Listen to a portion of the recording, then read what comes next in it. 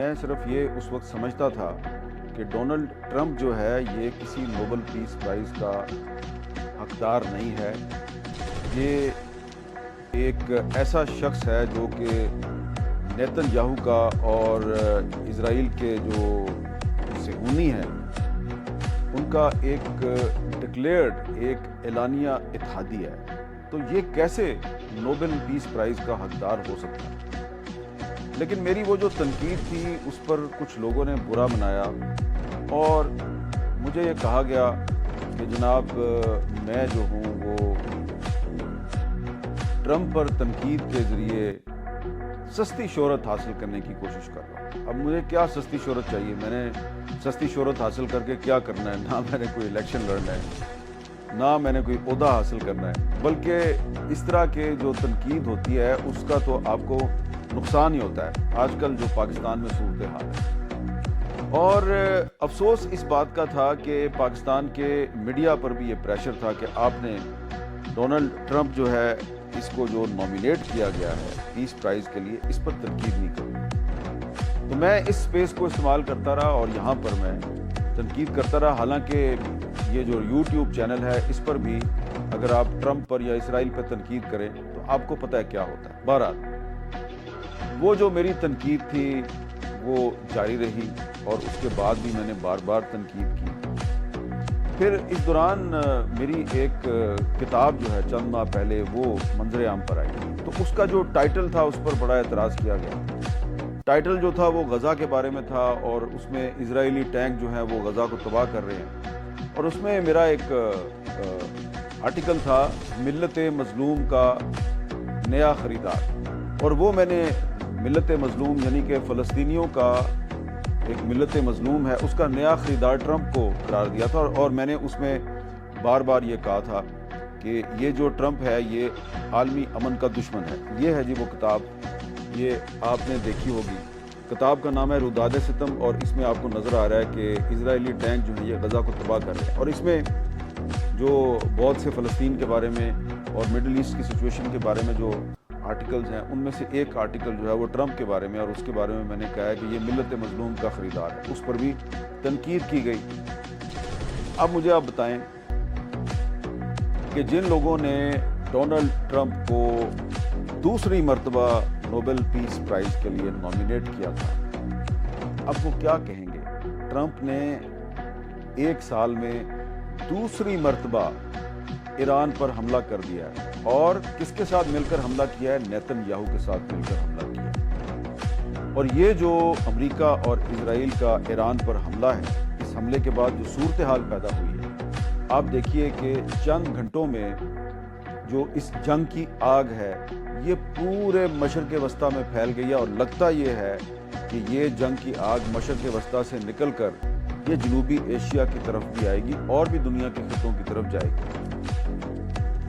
تو کم از کم حقیقت پسندی کا یہ تقاضا ہے کہ اب ہم یہ تسلیم کر لیں کہ ریاست پاکستان کی طرف سے ڈونلڈ ٹرمپ کو جو دوسری مرتبہ نوبل پیس پرائز کے لیے نامینیٹ کیا گیا وہ غلط تھا، اور یہ نامینیشن واپس ہونی چاہیے۔ چلیں، جو پہلے آپ نے مئی 2025 کی جو پاک بھارت جنگ تھی اس میں جو ٹرمپ کا کردار تھا وہ دعویٰ کرتا ہے کہ میں نے سیز فائر کرایا، تو آپ نے اس کو نامینیٹ کر دیا نوبل پیس پرائز کے لیے۔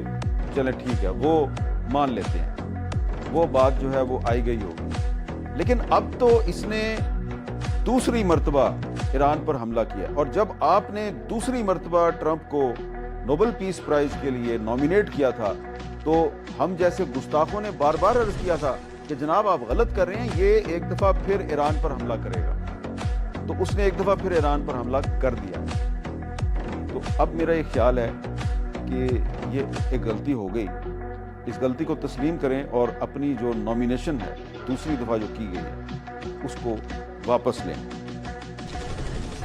یہ جو ٹرمپ نے اور نیتن یاہو نے دوسرا حملہ کیا ہے ایران پر، اس حملے میں بھی آپ دیکھیں کہ انہوں نے جو مذاکرات ہیں ان کو ایک ہتھیار کے طور پر استعمال کیا۔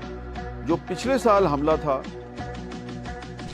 امریکہ اور اسرائیل نے مل کر ایران پر حملہ کیا تو اس وقت بھی انٹرنیشنل اٹامک انرجی ایجنسی جو ہے اس کے ایران کے ساتھ مذاکرات ہو رہے تھے اور اسرائیل نے جو مذاکرات کرنے والے لوگ ہیں انہی پر اٹیک کر دیا. تو اس وقت بھی مذاکرات کو ایک ڈسیپشن کے لیے ایک دھوکے کے لیے استعمال کیا گیا. اور اس مرتبہ بھی عمان کو یعنی کہ جو ایک عرب ملک ہے عمان اس کے وزیر خارجہ کو درمیان میں ڈالا ہوا تھا اور مذاکرات چل رہے تھے اور ابھی مذاکرات ختم نہیں ہوئے تھے اور اسرائیل نے اور امریکہ نے حملہ کر دیا. اب جواب میں ایران نے بھی جو مڈل ایسٹ میں امریکہ کے فوجی اڈے ہیں وہاں پر بھی حملے شروع کر دیے ہیں اور اسرائیل پر بھی حملہ شروع کر دیا. تو جنگ کی آگ جو ہے وہ ہر طرف پھیلتی ہوئی نظر آ رہی ہے. سب سے جو اہم ترین نقطہ ہے جس پہ آپ سب کو غور کرنا چاہیے وہ یہ ہے کہ اسرائیل اور امریکہ نے یہ حملہ جو ہے یہ بھارتی وزیر اعظم نریندر مودی کے دورہ اسرائیل کے صرف چند گھنٹوں کے بعد کر دیا. ادھر مودی کا دورہ ختم ہوا وہ اسرائیل سے واپس نکلا, ادھر اسرائیل نے اور امریکہ نے مل کر ایران پر حملہ کر دیا. اس کا کیا مطلب ہے؟ اس کا کیا مطلب ہے؟ اس کا کیا مطلب ہے کہ مودی نے جو اسرائیل کی سرزمین پر کھڑے ہو کر یہ تقریر کی تھی کہ ہم جو ہے وہ ایک شیعہ انتہا پسندی اور سنی انتہا پسندی کے خلاف ایک بڑا ریجنل الائنس بنانے جا رہے ہیں. نیتن یاہو نے بھی یہ بات کی اور مودی نے بھی یہ بات کی کہ ہم بھی ایک بڑا ریجنل الائنس بنانے جا رہے ہیں. تو یہی تھا نا. تو اگر آپ جو میرا پچھلا ویلاگ ہے اس کو سنیں, میں نے اس میں بھی یہی کہا تھا کہ یہ اندر سے سارے ایک ہیں. ٹرمپ, نیتن یاہو, مودی اندر سے سارے ایک ہیں. اوپر سے آپ کو ٹرمپ کے اور مودی کے کچھ اختلافات نظر آتے ہیں, اندر سے یعنی کہ ایران کے خلاف اور دیگر مسلم ممالک کے خلاف یہ سارے اندر سے ایک ہیں. اب آپ یہ جانتے ہیں کہ ٹرمپ نے جو اعلان جنگ کیا ہے ایران کے خلاف تو اس میں وہ بڑے واضح الفاظ میں کہہ رہا ہے جی کہ ہمارا مقصد رجیم چینج ہے. اور وہ جو سابق شاہ ایران تھا رضا شاہ پہلوی, اس کا ایک بیٹا ہے وہ بھی امیدوار ہے دوبارہ ایران کا بادشاہ بننا چاہتا ہے. وہ ایرانی عوام سے کہہ رہا ہے کہ اٹھو, نکلو, جلدی کرو اور یہ جو ایرانین رجیم ہے اس کو ختم کرو اور اقتدار میرے حوالے کر دو. تو اس کا جو باپ تھا وہ بھی اسی طرح ایران کے ایک الیکٹڈ پرائم منسٹر ڈاکٹر مصدق کو اسی طرح امریکی CIA کی مدد سے ایک کو ہوا تھا, ایک بغاوت ہوئی تھی اور ان کو ٹاپل کر کے اور شاہ آف ایران جو ہے رضا شاہ پہلوی اس کو لایا گیا تھا. تو یہ بھی اب اسی طرح آنا چاہ رہا ہے.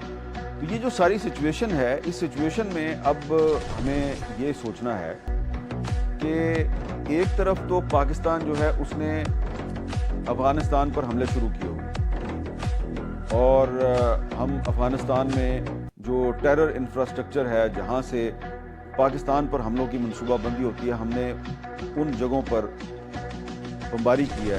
پہل افغان طالبان نے کی, ہم نے صرف جوابی حملے کیے ہیں. اور دوسری طرف اب ہمارے بالکل ہمسائے میں ایران پر امریکہ اور اسرائیل نے حملہ کر دیا. تو یہ جو سچویشن ہے یہ ایک بڑی ہی مشکل اور نازک سچویشن ہے اور اس میں